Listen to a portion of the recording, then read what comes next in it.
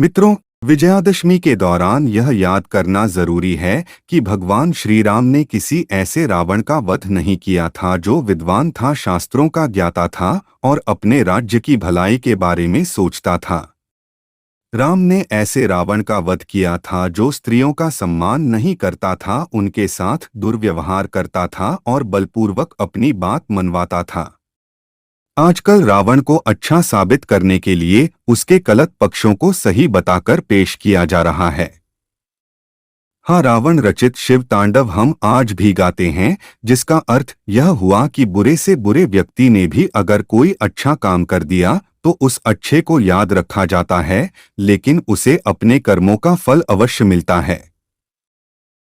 रावण के संगीत ज्ञान की प्रशंसा चल सकती है, लेकिन उसने सीता को छुआ भी नहीं वाला नैरेटिव बहुत गलत है, क्योंकि रावण का इतिहास उस प्रकार का नहीं रहा है।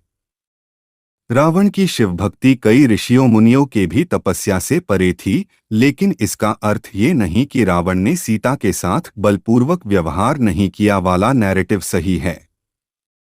रावण ने क्या अपहरण करते समय सीता पर अपने बल का प्रयोग नहीं किया था? लंकापति का इतिहास वाल्मीकि रामायण के ही एक अंश से पता चलता है, जो महर्षि वाल्मीकि द्वारा रचित है और जिसे रामकथा का मूल माना जाता है।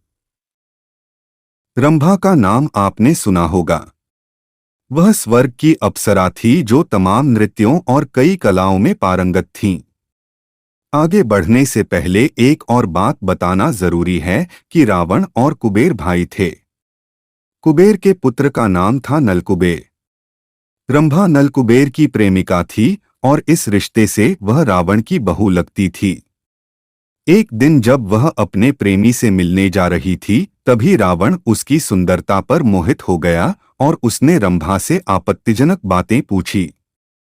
रावण ने रंभा से पूछा कि वह इतना सज-धज कर किसको तृप्त करने जा रही है। रावण ने इसके लिए संस्कृत में भोक्ष्यते शब्द का प्रयोग किया, जो दिखाता है कि वह स्त्री को उपभोग की वस्तु समझता था।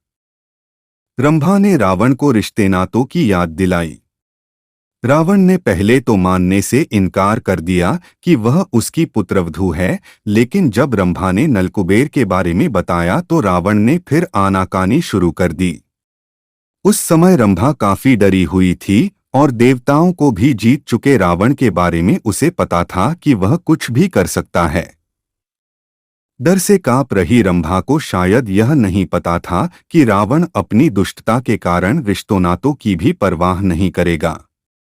क्या आपको पता है, जब यह साबित हो गया कि रंभा रावण की पुत्रवधू है, तब रावण ने क्या जवाब दिया? रावण ने कहा कि सारे रिश्ते नाते सिर्फ उन्हीं स्त्रियों के लिए होते हैं जो किसी एक पुरुष की पत्नी हो। उसने रंभा से कहा कि स्वर्गलोक में तो ऐसा कोई नियम कानून या रिश्ते नाते नहीं होते। उसके बाद रावण ने रंभा के जांघों और वक्षस्थल को लेकर आपत्तिजनक टिप्पणी की। साथ ही उसने घमंड से चूर होकर अपनी वीरता का बखान किया और यहाँ तक कहा कि अश्विनी कुमार सहित दुनिया का कोई भी पुरुष उससे बेहतर नहीं है।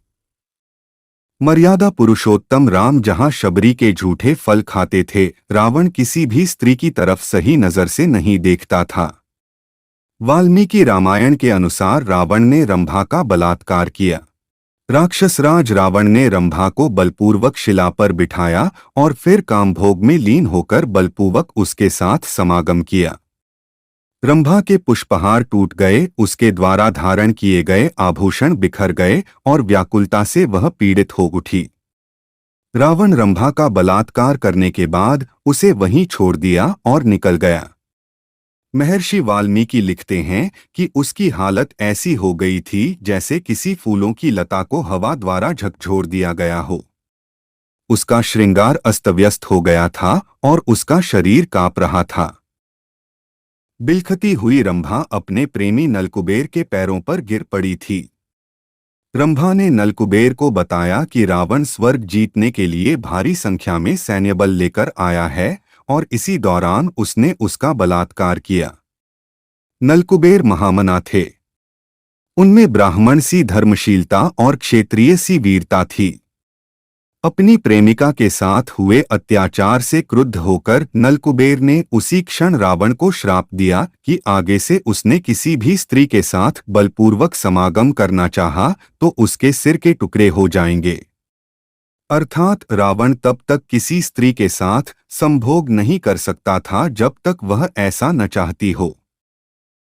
अब आपको जवाब मिल गया होगा कि रावण ने सीता से इतनी मिन्नतें क्योंकि उसने क्यों सीता के साथ लंका में जबरन कुछ गलत करने की कोशिश नहीं की। तो मित्रों, आज की हमारी प्रस्तुति कैसी लगी कमेंट करके ज़रूर बताएं और नए हों तो चैनल को सब्सक्राइब कर ले।